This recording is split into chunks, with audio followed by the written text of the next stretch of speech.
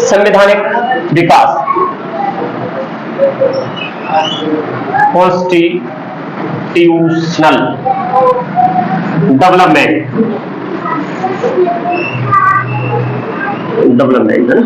संवैधानिक विकास पढ़ाएंगे।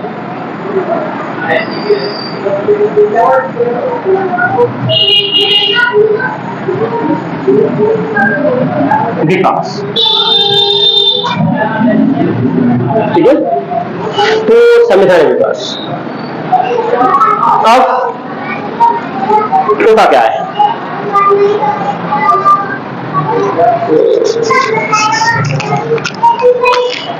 हाँ, तो होता क्या है, 1600 ईस्वी में जाते हैं ना थोड़ा सा, क्योंकि अपने यहाँ पर शासन किसने किया, ब्रिटेन ने किया।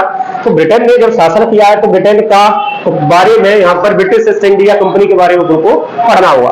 पढ़ना इसलिए होगा क्योंकि अपने संविधान का विकास वहीं से स्टार्ट होता है, अपने संविधान का विकास क्रम वहीं से स्टार्ट होता है। तो 1600 ईस्वी में होता क्या है, यूरोपीय देश थे, यूरोपीय देशों को क्या पश्चिमी देश कहते हैं, क्या कहते हैं, पश्चिमी देश।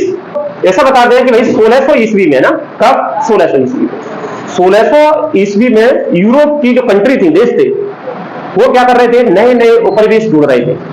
उपनिवेश का मतलब है जहां पर मैं जाऊं, कच्चा माल हो, वहां से क्या करें, कच्चा माल को अपने यहाँ पर लाए, ला करके उसको पक्का माल बना करके उन देशों में बेचे। जिससे क्या होगा, अपना व्यापार बढ़ेगा। तो व्यापार ढूंढ रहे थे ना यूरोपीय कंट्री का, पूर्व के देशों में क्या कर रहे थे, व्यापार के लिए मार्केट है ना, बाजार ढूंढ रहे थे, ठीक है। तो यूरोप की जितनी भी कंट्री थी, या फिर कहें तो पश्चिमी देश थे, है ना, वो क्या पूर्वी देशों की तरफ मुड़ रहे थे और वहां पर वो क्या कर रहे थे, व्यापार कर रहे थे, और व्यापार में कई गुना मुनाफा कमा करके अपने देशों में ले जा करके उसको खर्च कर रहे थे और अपने देशों का विकास कर रहे थे। आगे समझ में, ठीक है। तो अब इसका प्रभाव किस पर, इंग्लैंड मतलब ब्रिटेन पर पड़ा। तो ब्रिटेन में 1600 ईस्वी में ना, 1600, ठीक है, 1600 ईस्वी में ब्रिटेन में कितने, 217 साझेदार है ना, शेयर होल्डर ने एक कंपनी बनाई और रानी के पास गए, ठीक है। उस समय ब्रिटेन की रानी एलिजाबेथ प्रथम थी, रानी के पास गए और रानी से बोला कि भाई अपने जो अड़ोसी पड़ोसी है ना, वो जो क्या पूर्व के देशों में ना, जैसे भारत हो गया, तुम्हारा भारत हो गया, और इधर मलेशिया वगैरह हो गया, इंडोनेशिया वगैरह हो गया ना, ठीक है। हालांकि अफगानिस्तान हो गया, म्यांमार हो गया, ये इंडिया में शामिल था तब तो, ठीक है। लेकिन इधर कौन सा, इंडोनेशिया हो गया, मलेशिया हो गया, तो ये कौन से थे, पूर्व के देश थे। जापान हो गया पूर्व के देश, चीन हो गया जापान के देश थे। तो यहां पर क्या, जो पश्चिमी के देश थे वो कहा यहाँ पर आ रहे थे, मैंने कहा यहाँ कहीं के लिए, बाजार के लिए, मुनाफा कमाने के लिए, वहां से चीज लाते यहाँ बेच देते, यहाँ से चीजें ले जाते यहाँ पे बेच देते। तो इस प्रकार से कई गुना मुनाफा कमा रहे थे। तो मैंने कहा 217 साझेदार कहां गए, रानी के पास गए, रानी से बोले कि भाई ये अपने पड़ोसी देश हैं, वो कहां पर जा रहे हैं, पूर्व के देशों के पास जा रहे हैं, और वहां से वो क्या लाते हैं, माल लेकर के आते हैं, अपने यहाँ पे गला देते हैं और अपने यहाँ से लेकर के वहां जाते हैं। तो कई गुना मुनाफा कमा रहे हैं, मतलब व्यापार कर रहे हो, कई गुना मुनाफा कमा रहे हैं। तो उन्होंने कहा कि तो हमें भी क्या दो, तुम अधिकार दे दो, ठीक है, व्यापार के लिए अधिकार दे दो, जिससे कि हम वहां पर जाएं, भारत और जो इंडोनेशिया मलेशिया जैसे देश है वहां पर जाएं और व्यापार करके आए, कई गुना मुनाफा कमा करके अपने देश में उसको इन्वेस्ट करें। तो उसमें उन्होंने रानी को भी शरीक कर लिया, समझ में आ रहा है। तो अब तो रानी को बात माननी थी, तो रानी ने क्या करा, एक क्या दे दिया, एक अधिकार पत्र दे दिया, समझ में आ रहा है, एक चार्टर लिख दिया उनके लिए ना, एक अधिनियम बना दिया ना कि फिर जाओ तुम पूर्व के देशों के साथ व्यापार करो और व्यापार से जो मुनाफा कमाए वो हमारे यहाँ पर क्या करो, लाओ, और हम अपने देश का फिर और ज्यादा विकास कर सकते हैं। समझ में आ रहा है। तो इस प्रकार से कब, 1600 ईस्वी में कौन, ब्रिटिश ईस्ट इंडिया कंपनी कहां गई, भारत आ गई। कब आ गई, 1600 ईस्वी में, ठीक है। कौन, ब्रिटिश ईस्ट इंडिया कंपनी, ठीक है। कहां आई, कितने, 117 साझेदार है ना, 117 नहीं, 217 हो गए, 217 साझेदार, शेयर होल्डर, साझेदार, ठीक है। रानी एलिजाबेथ प्रथम, कौन सी, एलिजाबेथ प्रथम, ठीक है, रानी एलिजाबेथ प्रथम है ना, से क्या लेके आए, अधिकार, व्यापार के एकाधिकार।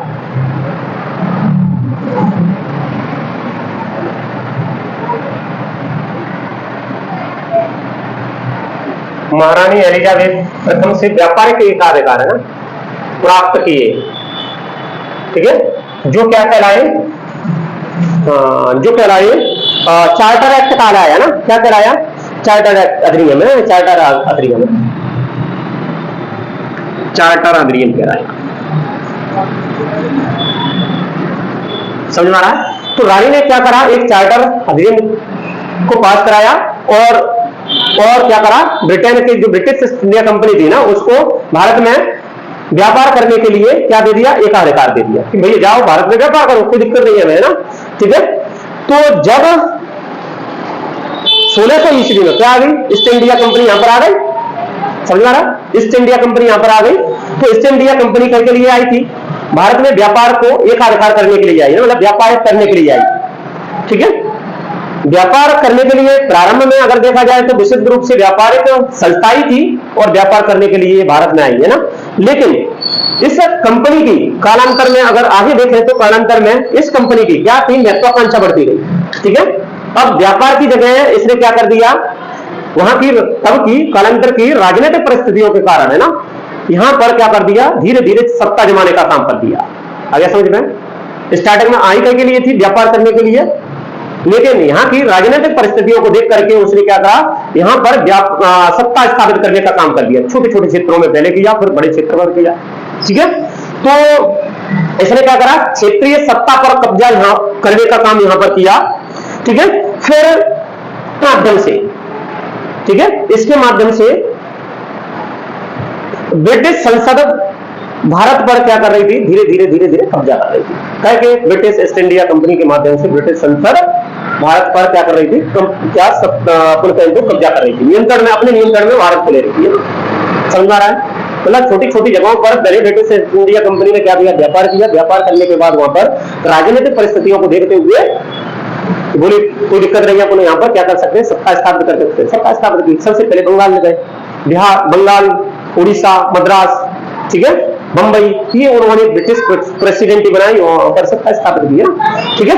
फिर ब्रिटेन की जो संसद थी है ना, ब्रिटेन की संसद जब यहाँ पर सत्ता स्थापित कर ली उन्होंने धीरे धीरे, क्योंकि उस समय देखा जाए तो 1764 ईस्वी में और 1757 ईस्वी में प्लासी का युद्ध हुआ। प्लासी के युद्ध के बाद कौन सा, बक्सर का युद्ध हुआ। बक्सर के बाद तो यही निर्धारित हो गया कि भाई अब अंग्रेजों का यहां से जाना तय नहीं हुआ और यहाँ पर क्या हो गया, नियंत्रण करना तय हो गया। समझ में आ रहा है, सत्ता स्थापित हो गई है ना। अब पता नहीं कितने सालों तक यहाँ पर सत्ता स्थापित रहेगी ना। 1764 में बक्सर युद्ध ने फाइनल डिसीजन दे दिया कि अब यहाँ की सत्ता को कौन संभालेगा, अंग्रेज लोग संभालेंगे ना, ठीक है। तो क्वेश्चन आता है कि भाई इन्होंने क्या करा, धीरे धीरे करके यहाँ की राजनीतिक सत्ता स्थापित की और आर्थिक नीतियों पर भी नियंत्रण रख लिया। धीरे धीरे करके क्या, आर्थिक नियंत्रण, आर्थिक नीतियों के लिए इन्होंने आदेश जो है यहाँ के लिए आदेश निर्धारित किए। समझ में आ रहा है, और यही आदेश निर्देश में जाकर के क्या अधिनियम बन जाते हैं। आगे समझ में, यही कानून बन जाए, ठीक है। फिर मैंने कहा 1726 ईस्वी में, पॉइंट नंबर 2, 1726 ईस्वी में, समझ में आ रहा है।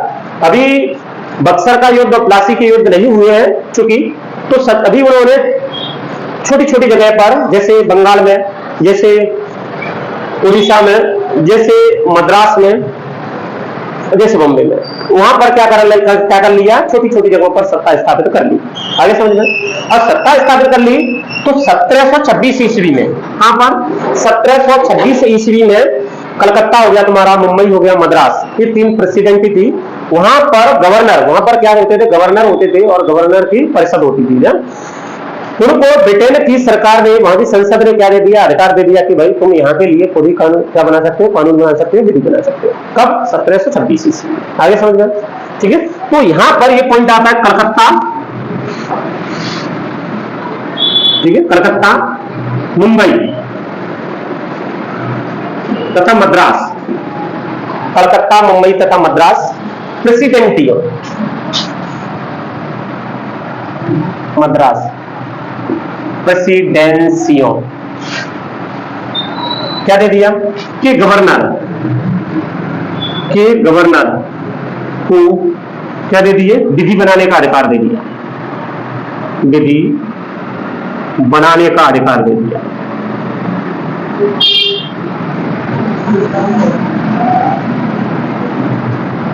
ठीक है, क्वेश्चन आया, विधि बनाने का अधिकार दे दिया गया ना। फिर क्वेश्चन आता है कि इसके लिए इन्होंने क्या किया, पहले निदेशक, पहले यह शक्ति किसके पास होती थी, इंग्लैंड में निदेशक बोर्ड के पास होती थी ना। पहले यह शक्ति किसके पास, इंग्लैंड में एक निदेशक बोर्ड बैठता था, और निदेशक बोर्ड के पास होती थी, वहां से विधि बनती थी, और वहां से विधि बन करके कहां पर आती थी, गवर्नर, अपने यहाँ पर जो जनरल होते, प्रेसिडेंट जो गवर्नर होते, गवर्नर के पास आती थी, और गवर्नर यहाँ पर क्रियान्वित करता था। लेकिन अब किसको, इनको दे दी। ठीक है, इसके बाद मेरे कहा फिर क्या क्या हुआ, संवैधानिक सुधारों में अगर अपन देखें तो ना, धीरे धीरे कौन सा युद्ध हुआ, प्लासी का युद्ध हुआ, कब, 1757 ईस्वी में। उसमें भी बंगाल के नवाब की हार हुई थी। ठीक है, सिराजुद्दौला की हार हुई। फिर मैंने कहा 1764 है ना, 1764 ईस्वी में बक्सर का युद्ध हुआ। बक्सर के युद्ध में भी क्या, अंग्रेजों ने यहाँ के नवाबों को हराया, समझा ना, नवाबों को हराया, और अंग्रेजों ने यहाँ पर भारत में सत्ता स्थापित कर ली, समझ में आ रहा है। अब हुआ क्या, 1765 ईस्वी में, ऐसे पॉइंट टू पॉइंट अपन लिखते जाएंगे। 1765 ईस्वी में, 1764 ईस्वी में क्या हुआ, बक्सर का युद्ध हुआ।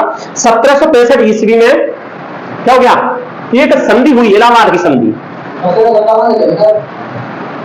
1757 में प्लासी का युद्ध लिख लो। 1757 में, चलो 1757 लिख लो, 23 अक्टूबर, शायद 23 अक्टूबर है या जून में, 23 जून है ना, जून में कहीं। तो 1757 में प्लासी का युद्ध हुआ। ये युद्ध का जरूरत नहीं है, अभी तुम क्या पढ़ रहे हैं, संविधान पढ़। फिर 1764 ईस्वी में बक्सर का युद्ध हुआ। ठीक है, बक्सर का युद्ध हुआ। इसमें कौन जीत हुई, अंग्रेजों की जीत हुई।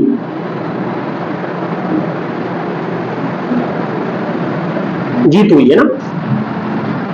और बक्सर का युद्ध था, कैसा था, निर्णायक युद्ध था, निर्णायक युद्ध है ना, जिसने भारत में अंग्रेजों की सत्ता स्थापित की है ना, अंग्रेजों की सत्ता स्थापित कर दी है ना, अंग्रेजों की सत्ता स्थापित कर दी है। फिर मैंने कहा कि भाई 1764 में युद्ध हो गया, और यहां पर बंगाल के जो नवाब थे वो हार गए। हारने के बाद मीर कासिम था, कासिम वगैरह थे, मीर कासिम और 3 थे ना, बंगाल का नवाब मीर कासिम हो गया, और अवध का नवाब शुजा-उद-दौला हो गया, और दिल्ली का नवाब है ना। तो ये 3 लोगों ने साथ में युद्ध लड़ा था, 7 हो गया। ठीक है, उसमें अंग्रेजों ने शायद हेक्टर मुनरो ने प्रतिनिधित्व किया, ठीक है, नेतृत्व किया उस युद्ध का, और उसमें हार गए ना। तो निर्णायक युद्ध हुआ। लेकिन 1765 ईस्वी में, कब, 1765 ईस्वी में क्या हुआ, इलाहाबाद की संधि हुई। इलाहाबाद की क्या हुई, संधि हुई। ठीक है, इलाहाबाद की संधि के अनुसार है ना। ठीक है, तो इलाहाबाद की संधि हुई, और इलाहाबाद की संधि के तहत है ना, अब ब्रिटिश ईस्ट इंडिया कंपनी को बंगाल, बिहार, उड़ीसा में राजस्व प्राप्त करने का क्या मिल गया, अधिकार मिल गया। आगे समझ में, बंगाल, बिहार, उड़ीसा में से राजस्व प्राप्त करने का अधिकार किसको दे दिया गया, कंपनी को दे दिया गया। किसको, company, British east India company. आगे समझ में, इस संधि के तहत, क्योंकि यहां पर इनकी हार हुई थी, बक्सर की लड़ाई है ना, तो बक्सर की लड़ाई में संधि के तहत है ना, क्या करा इस संधि के तहत, बंगाल, बिहार और उड़ीसा से राजस्व प्राप्त करने का अधिकार। ठीक है, किसको, ईस्ट इंडिया कंपनी को मिल गया, ब्रिटिश ईस्ट इंडिया कंपनी को मिल गया, मिला। ठीक है, अब बताओ, कोई राजस्व प्राप्त करेगा तो क्या करेगा, उसमें बहुत सारा पैसा हो जाएगा, वो अपने देश से भाग जाएगा, समझ में आ रहा है। तो होता क्या था, अब इनको राजस्व वसूल कर, ब्रिटिश ईस्ट इंडिया कंपनी को राजस्व वसूल करने का अधिकार कहां के लिए मिल गया, 3 क्षेत्रों में, बंगाल, बिहार, उड़ीसा से राजस्व प्राप्त करने का अधिकार मिल गया। तो उन्होंने क्या किया, जो कंपनी के अधिकारी कर्मचारी ब्रिटेन से आते हैं यहाँ पर और यहां से क्या करते थे, लूट खसोट करके बहुत सारा धन कमा करके अपने देश भाग जाते। समझ आ रहा है। और इससे कंपनी को लॉस हो रहा था। किसी ने राजस्व प्राप्त किया, घपला किया, पैसा वाला बन गया, वो पेड़ चला गया, ब्रिटेन चला गया। तो ब्रिटेन में देखा गया, वहां के लोग देख रहे थे यार ये लोग भारत में जाते हैं और खूब सारा धन कमाते हैं और कमा करके यहां जाते हैं, ऐसा क्या है भारत में। समझ में आ रहा है।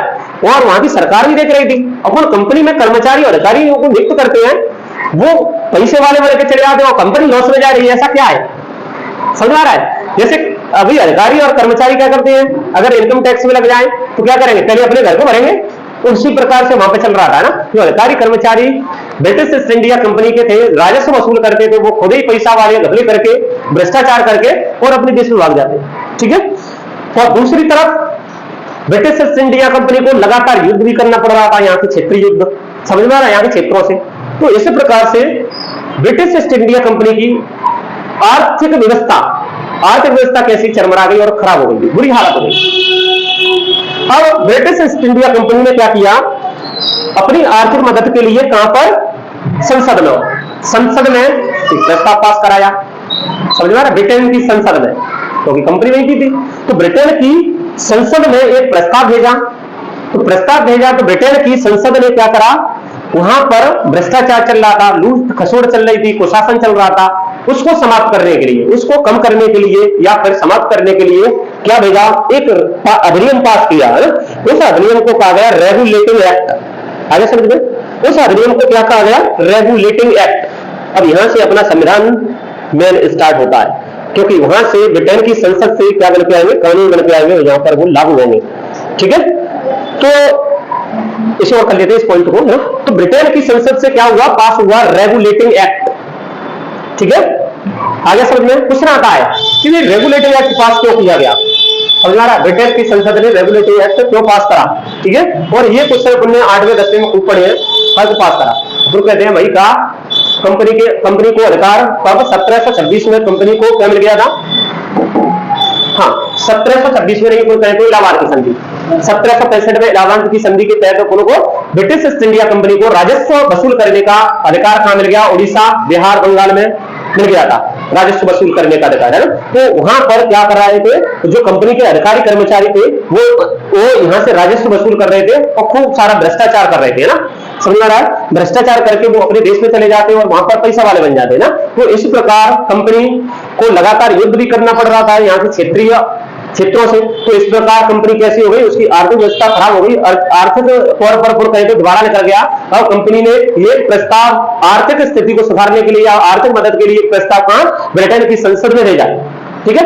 तो ब्रिटेन की संसद ने फिर वहां से इस भ्रष्टाचार और कुशासन को दूर करने के लिए वहां से क्या करा, रेगुलेटिंग एक्ट पास किया। समझ में आ रहा है, रेगुलेटिंग एक्ट पास किया, ना।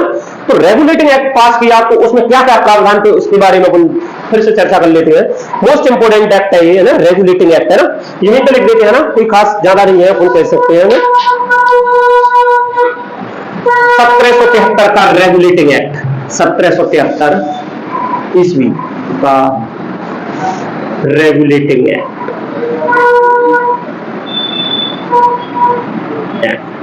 अच्छा, तो यहां पर लिख लो रेगुलेटिंग एक्ट 1773 ईस्वी। ठीक है। ठीक, इसमें क्या क्या प्रावधान थे। ठीक है। इस अधिनियम का अगर अपन संविधान में देखें तो संविधान में अत्यधिक महत्व है, ना। ठीक है। यही से स्टार्ट होता है अपने संविधान का विकास, है ना। तो इस अधिनियम का, ना, इस अधिनियम का संविधान में, ठीक है, विशेष महत्व, अत्यधिक महत्व है, ना।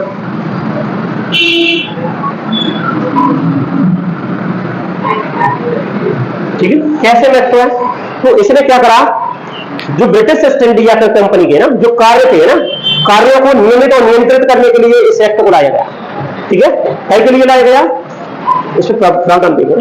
ठीक है। कई के लिए एक्ट था, ईस्ट इंडिया कंपनी, है ना, ईस्ट इंडिया कंपनी के कार्यों को नियमित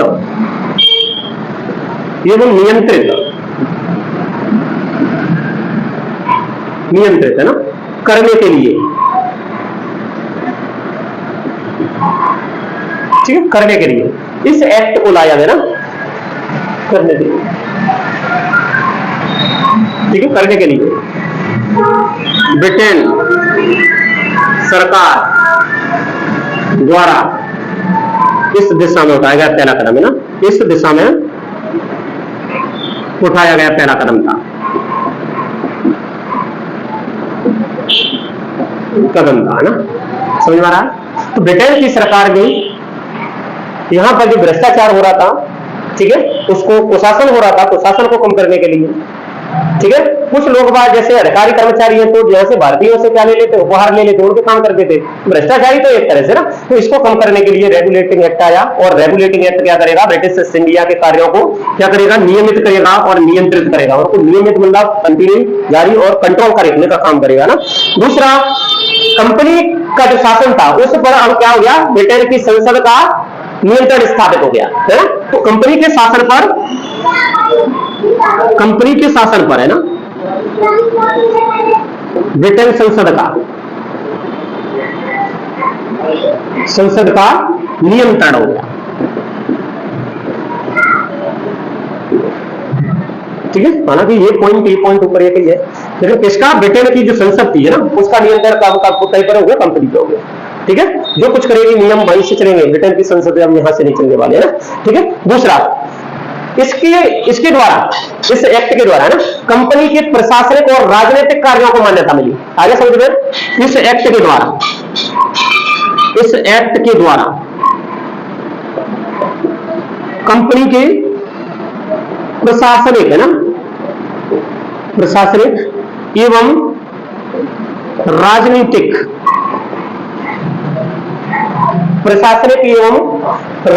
है ना, कार्यों को मान्यता मिली, है ना, ठीक है। यहां से स्टार्ट होता है, ठीक है। फिर क्वेश्चन आता है कि भाई, क्वेश्चन आता है ना, अब इसमें मोस्ट इंपोर्टेंट क्या कर दिया, most important thing is this, क्या हो गया, क्वेश्चन है जो बंगाल का गवर्नर था, समझ में आ रहा है, बंगाल के गवर्नर को गवर्नर जनरल बना दिया इस एक्ट के तहत।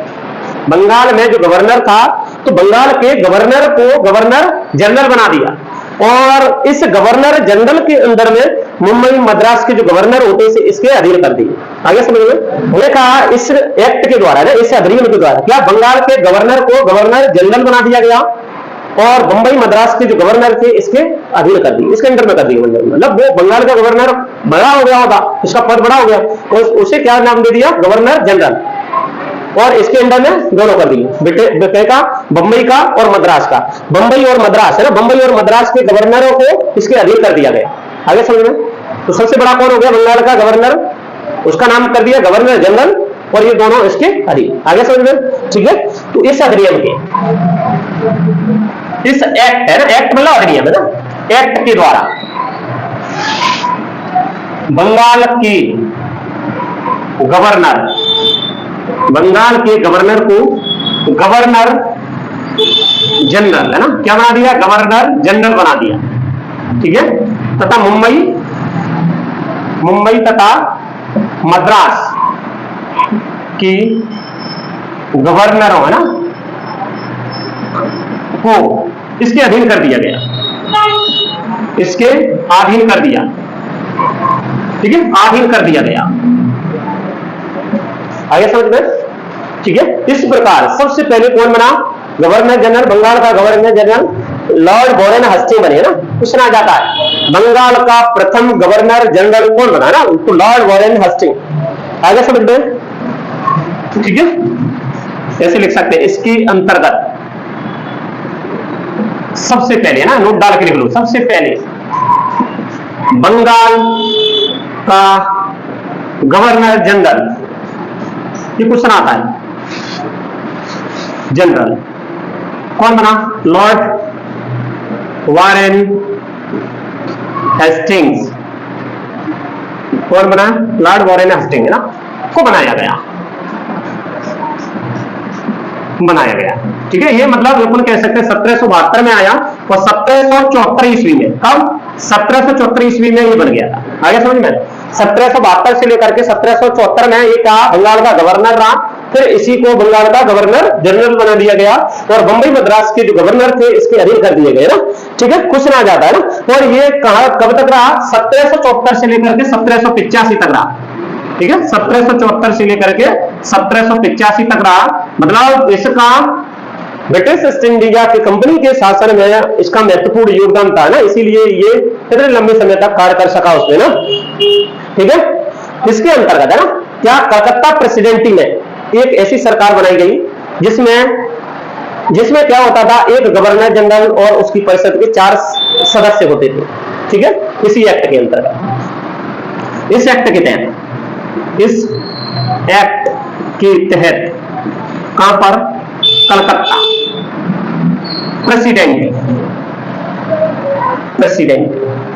प्रेसिडेंसी में एक ऐसी सरकार बनाई गई है ना, एक ऐसी क्या बनाई गई, सरकार बनाई गई है ना, सरकार बनाई गई जिसमें, समझ में आ रहा है, जिसमें गवर्नर जनरल और उसकी परिषद के 4 सदस्य होते थे, जिसमें गवर्नर जनरल और उसकी परिषद के 4 सदस्य है ना, मोस्ट इंपोर्टेंट, परिषद की 4 सदस्य होते थे, ठीक है। 2-3 पॉइंट और रह गए उसको भी निपटा देते हैं, मोस्ट इंपोर्टेंट पॉइंट है ना, हो ही गया मान लो, ठीक है। आगे इसमें मोस्ट इंपोर्टेंट एक पॉइंट है कि कलकत्ता में क्या सुप्रीम कोर्ट बनाया गया, समझ में आ रहा है। कुछ ना जाए भारत का पहला सुप्रीम कोर्ट कहां बना है ना, तो ब्रिटिश ईस्ट इंडिया कंपनी के अंडर में जब शासन चल रहा था, जब रेगुलेटिंग एक्ट 1773 आया तो 1773 के रेगुलेटिंग एक्ट में एक प्रावधान था कि कलकत्ता में सुप्रीम कोर्ट बनाया जाए। तो कलकत्ता में सुप्रीम कोर्ट बना 1774 ईस्वी में ना, ठीक है, 1774 ईस्वी में कलकत्ता में क्या बना, सुप्रीम कोर्ट बना, ठीक है। कल का प्रावधान था इसी, तो फिर ये कहे तो इसी में एक प्रावधान था,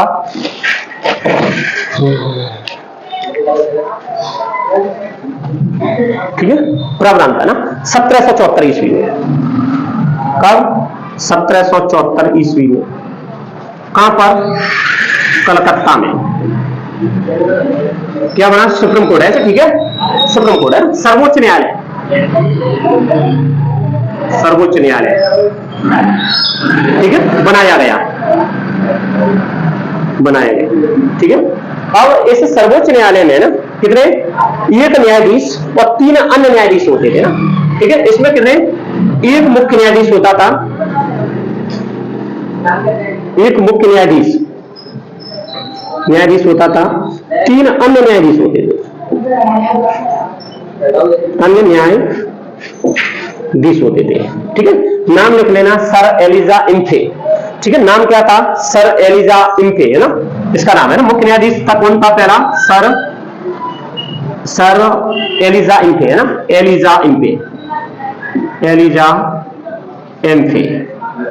ठीक है।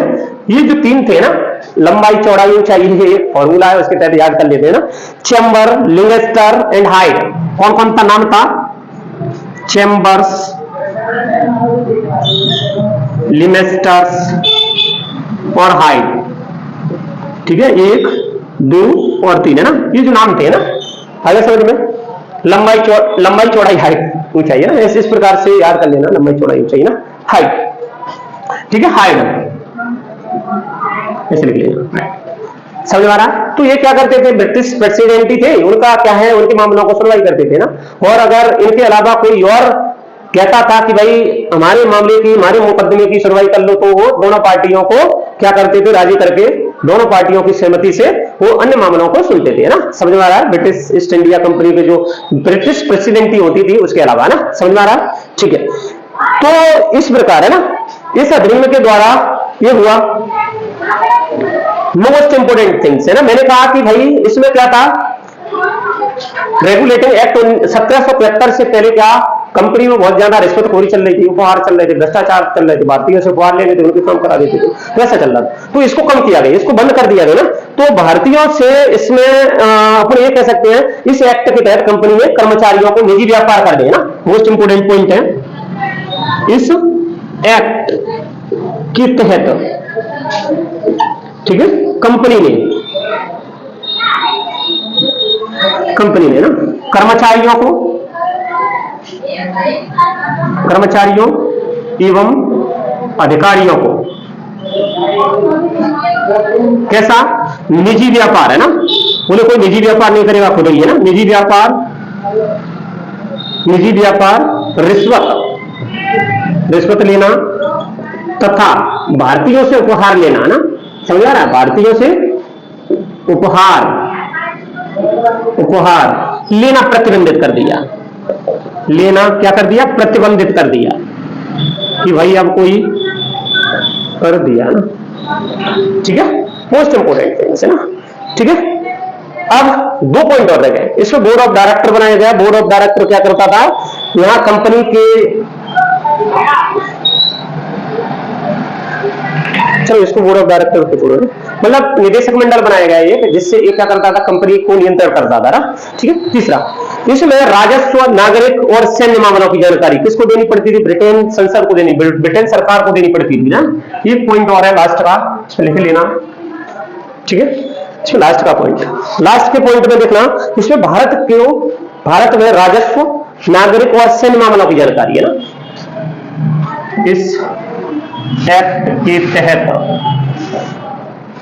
भारत की राजस्व, नागरिक एवं सैन्य मामलों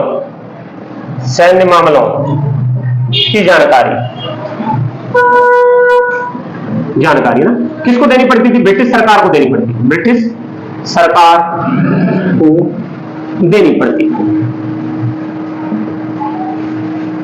आगे समझ में, ये था रेगुलेटिंग एक्ट है ना, ठीक है। तो रेगुलेटिंग एक्ट का अपना जो संवैधानिक विकास हुआ है, उसमें बहुत महत्वपूर्ण योगदान रहा, ठीक है। जैसा कि मैंने कहा, इलाहाबाद की संधि हुई, इलाहाबाद की संधि में बंगाल, बिहार, उड़ीसा में राजस्व लेने का अधिकार, राजस्व वसूल करने का अधिकार किसके पास आ गया, ब्रिटिश ईस्ट इंडिया कंपनी को आ गया। तो ब्रिटिश ईस्ट इंडिया कंपनी में क्या हो गया, भ्रष्टाचार बहुत ज्यादा हो गया ना, ठीक है। और भ्रष्टाचार, भारतीयों से उपहार लेकर के उनके कामों को कराना और भ्रष्टाचार पैदा करना, बहुत सारा पैसा उनके अधिकारी कर्मचारी कमाते थे और अपने देश में चले जाते थे, ठीक है। तो इस प्रकार इन चीजों को रोकना था, और इस प्रकार इससे क्या हो रहा था, ब्रिटिश ईस्ट इंडिया कंपनी थी वो लॉस में जा रही थी। दूसरा, ब्रिटिश ईस्ट इंडिया कंपनी को यहाँ पर क्या करना पड़ रहा था, लगातार युद्ध करना पड़ रहा था, तो इस कारण उनकी जो आर्थिक स्थिति थी वो खराब हो गई।